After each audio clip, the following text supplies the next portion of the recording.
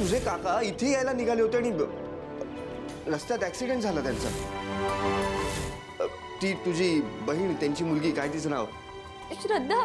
हा, ती पण होती त्यांच्यासोबत.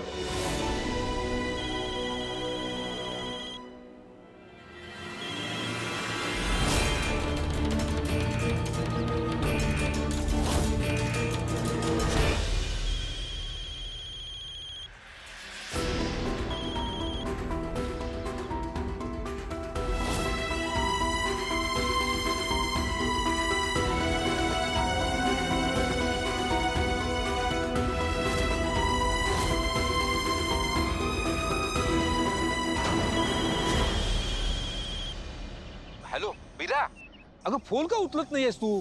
नागनाथ काका नावच दिसलं नाही. हॅलो काका. काका तुम्ही कसे आहात आणि श्रद्धा कशी आहे? अगं बरी आहे. आम्हाला कुठे काय झालंय आणि आम्हाला कशाला काय होईल? उलट तू सारखा फोन का कट करतेस? काका पण हा तुमचा नंबर वेगळा. अगं तोच आहे नंबर. तुझ्या त्या अनन्याताई आहेत ना, त्यांनी फोन केला होता, पण तेव्हा फोन उचलू शकलो नाही मी. तूच करत होतीस का फोन? हो मीच करत होते. काका मला बोलायचं होतं तुमच्याशी. तुम्ही कसे आहात आणि श्रद्धा कशी आहे मला सांगा. डॉक्टर काय म्हणाले काका? अगं हो, बरे आहोत आम्ही. आम्हाला काय झालंय आणि कोण डॉक्टर?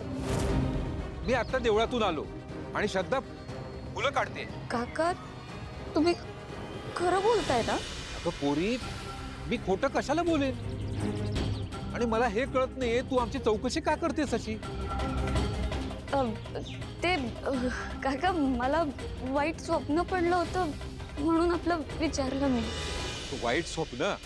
बाळा, एखाद्याबद्दल वाईट स्वप्न पडलं, त्याचा मृत्यू दिसला तर त्याचं आयुष्य आणखी वाढतं असं म्हणतात बाळा. बाळा, तू आमची नको काळजी करू, तू तुझी काळजी घे बाळा. हे बघा काका, तुम्ही काळजी घ्या स्वतःची आणि श्रद्धाला पण जपा. मी लवकरच तुम्हाला भेटायला येईल. हो, बाय.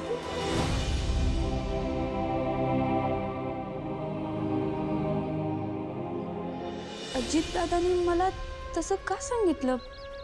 मी गावी निघावं म्हणून मला मारायला आलेले गुंड अजित दादानेच पाठवले असतील का? पण ते असं का करतील? असं तर नाही ना? वेदाला जी कोणी त्रास देते त्याला मी शोधते म्हणून माझ्या मागे गुंड पाठवले? म्हणजे अजित दादाच?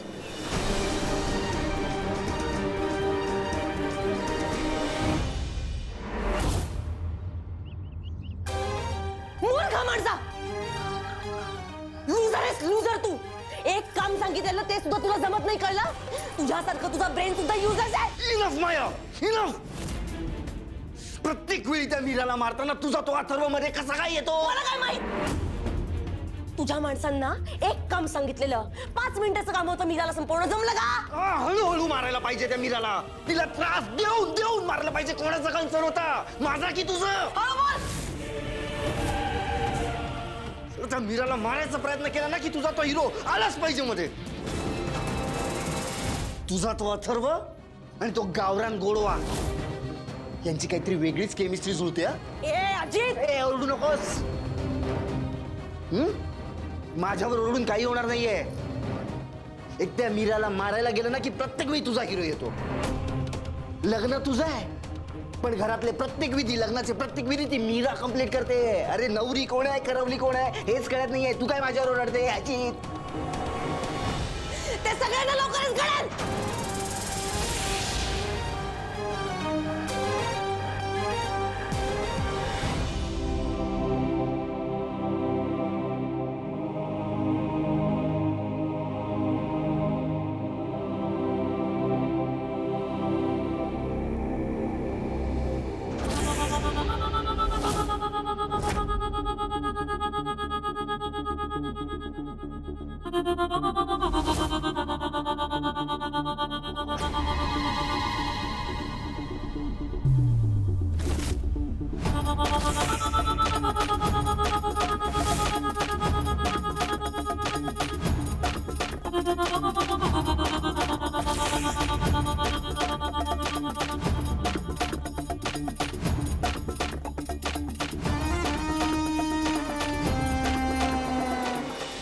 आईसाहेब,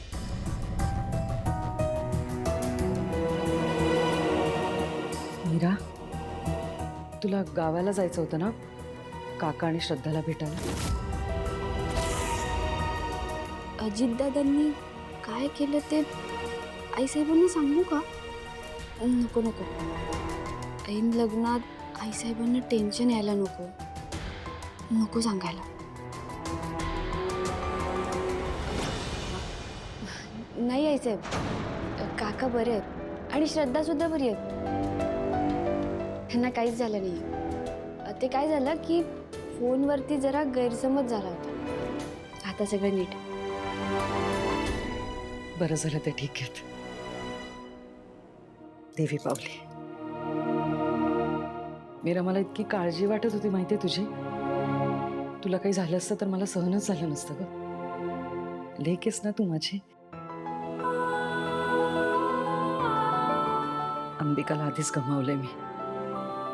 आता मी माझी दुसरी लेक गमावली असते तर सहनच झालं नसतं मला.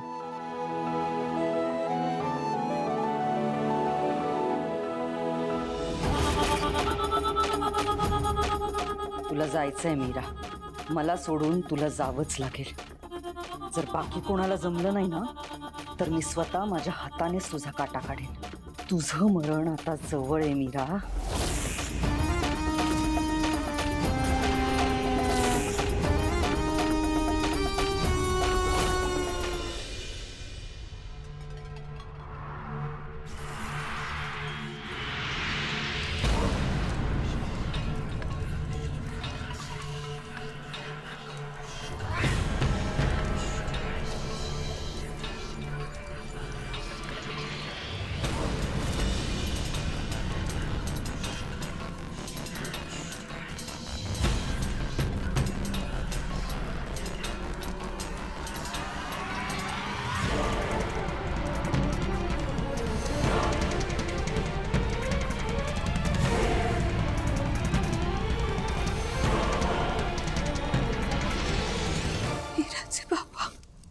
राधा, राधा, पोरी.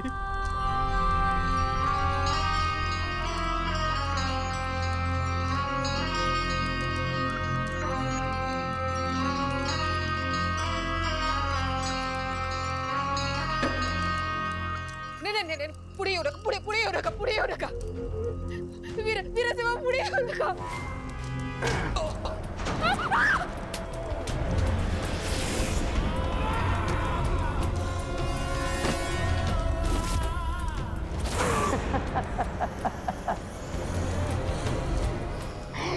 घुसखोर, माझ्या स्थानात घुसखोरी करतोस.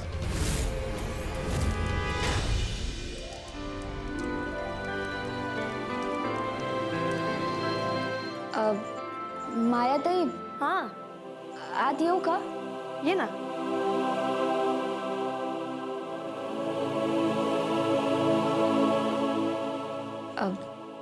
मायाताई, मला कळलंय काय ग? माझ्यावर कोणी हल्ला केलेला ना ते मला कळलंय.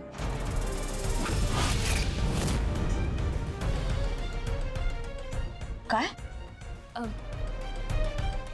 मला मारायला कोणी माणसं पाठवली होती माहितीये?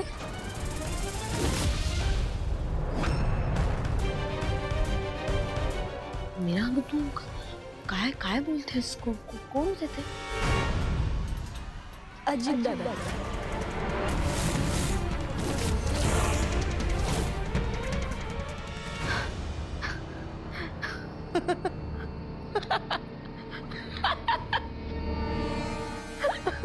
अजित, एक मिनिट. मीरा, तू जरा वेडी आहेस का? नाही, मला असं वाटतं की ना तुला कामाचा ताण आलाय. अजित, अजित, अजित. मीरा, तू जाऊन ना जरा आराम कर. तू काहीही बोलतेस. मायाताई, मी खरं बोलतेय. हे बघा, अजितदादांनीच मला सांगितलं ना की माझ्या काकांचा अपघात झालाय म्हणून, आणि मी लगेच गावी निघाले. मी गावी जाते हे फक्त आपल्या घरातल्या लोकांनाच माहिती होतं ना. अगं मीरा, सगळ्यांनाच माहित होतं ते. नाही मायाताई, हे बघा, अजित दादा ना माझ्याशी खोटं बोलले. अहो मला काकांचा फोन आला होता ना. काका म्हणाले की श्रद्धा आणि ते एकदम सुखरूप आहेत. म्हणजे अजित दादांनी ना मला आधी खोटं सांगितलं आणि मला या घराबाहेर पाठवलं आणि त्यानंतर मला मारायला माणसं सुद्धा पाठवली. नाही मायाताई, हे अजित दादांनीच केलंय.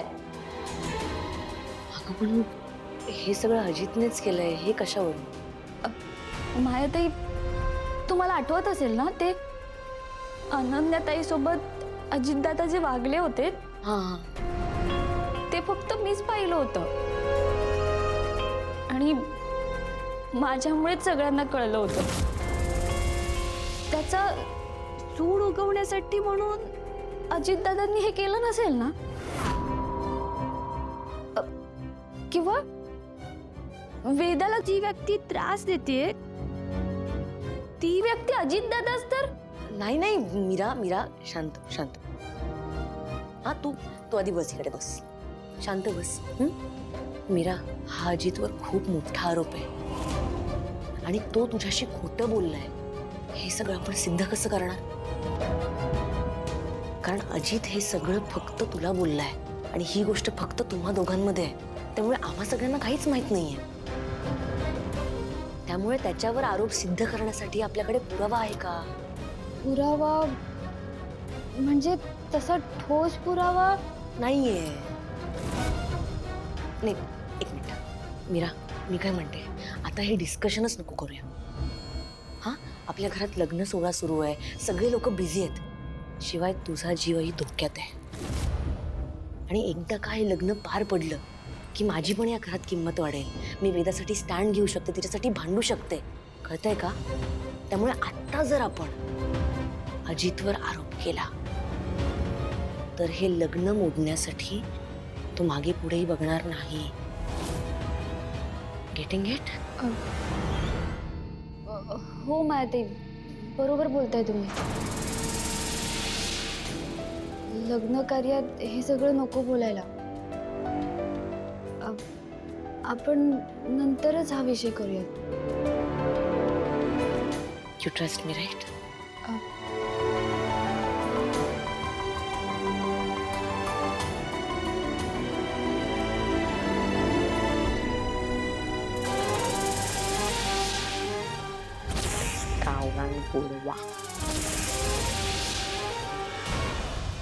हा बघ, हाच तो खेळा. ह्यात तुला कायमची कैद करून ठेवणार आहे. नाही नाही नाही नाही नाही नाही, असं करून माझी मुलगी आहे, लहान मुलगी आहे. मला जाऊ दे थोडं. मला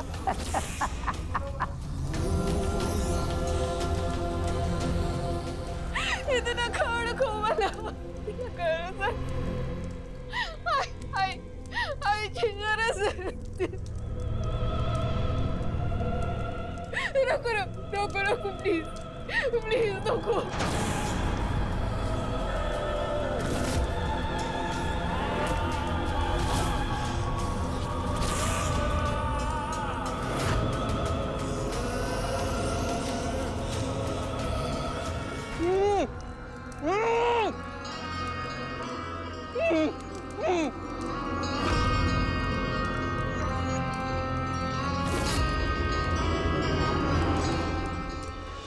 व्यर्थ प्रयत्न करू नकोस, इजा करून घेशील. पण आहेस कोण तू? ही जागा तुला कशी सापडली? थांब, आधी या अंबिकेच्या आत्म्याची व्यवस्था करते आणि मग तुझ्याकडे येतो म्हाताऱ्या. माझ्या परवानगीशिवाय तू इथं माझ्या जागेत आणायस. तुझं कुळ शोधतो आणि मग तुला यमाकडेच पाठवतो की नाही ते बघ.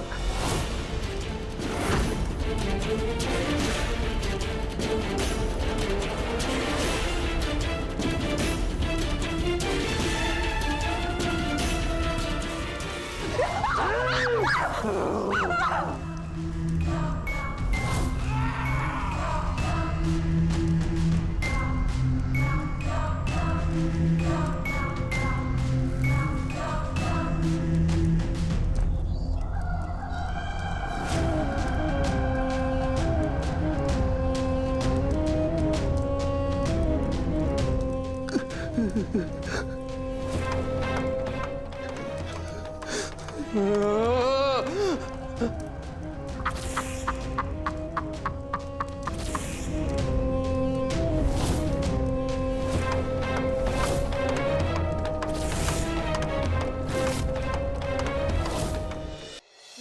मंडळी, नमस्कार. या संगीत कार्यक्रमात मी नर्मदा तुम्हा सगळ्यांचं स्वागत करते.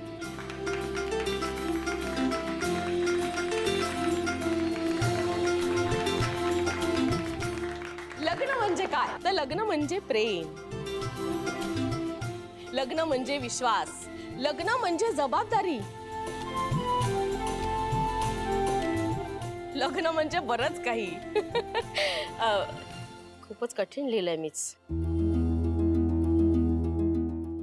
हा तर मुद्दा काय आहे तर माया आणि अथर्वच्या या लग्नाच्या संगीत कार्यक्रमासाठी मी खूप ना आठवड्याभर आधीपासून प्रॅक्टिस करत होते. कसली? डान्सची. पण नशिबाने टांग दिली हो, म्हणजे पाय मुरगळला ना माझा. तर माझा डान्स परफॉर्मन्स तुम्हाला बघता येणार नाहीये. काय करणार ना, पण हरकत नाही. आपल्याकडे असे अनेक कलाकार आहेत जे आज इथे तुमच्या समोर परफॉर्म करणार आहेत. तर सगळ्यात आधी मी स्टेजवर आमंत्रित करते मदन आणि पिर्याला. अरे या ना दोघ जण. अरे पिर्या, चल, काय करतोयस? हो आत्याबाई, हा, तुम्ही आधी खाली उतरा. आमची एंट्री आहे, स्पेशल एंट्री. अच्छा असं का? बर बर बर. पिर्या सांभाळू ना, स्टेज आहे. हा या या या या.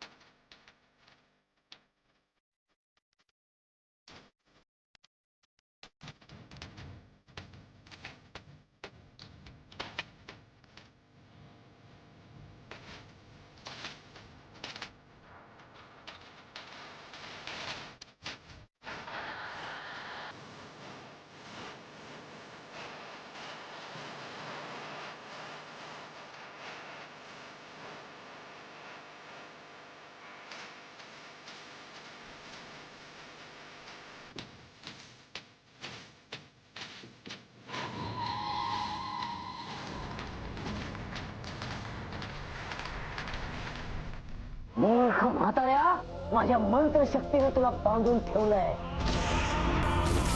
ज्यासारखा सामान्य माणूस मरेपर्यंत यातून बाहेर पडणार नाही.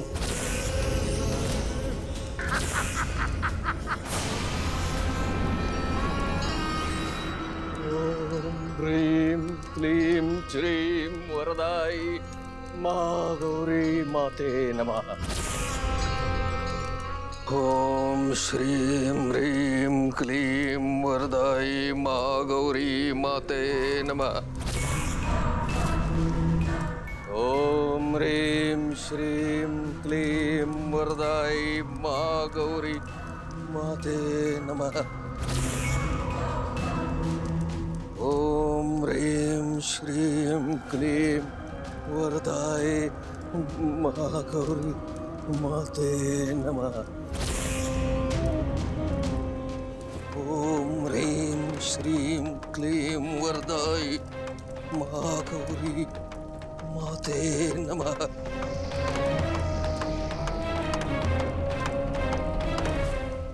महागौरी माते नमः. ओम ह्रीं श्रीं क्लीं वरदायै महागौरी माते नमः. शक्य, माझा मंत्र भेद केव्हा शक्य. बाह्य रूपावरून एखाद्याच्या सामर्थ्याचा अंदाज बांधणं मूर्खपणाचं लक्षण आहे. आज पहिल्यांदाच कोणीतरी माझा मंत्र भेद केलाय. शेरा सव्वा शेर भेटतोच. आता बघूया ना, बघूया.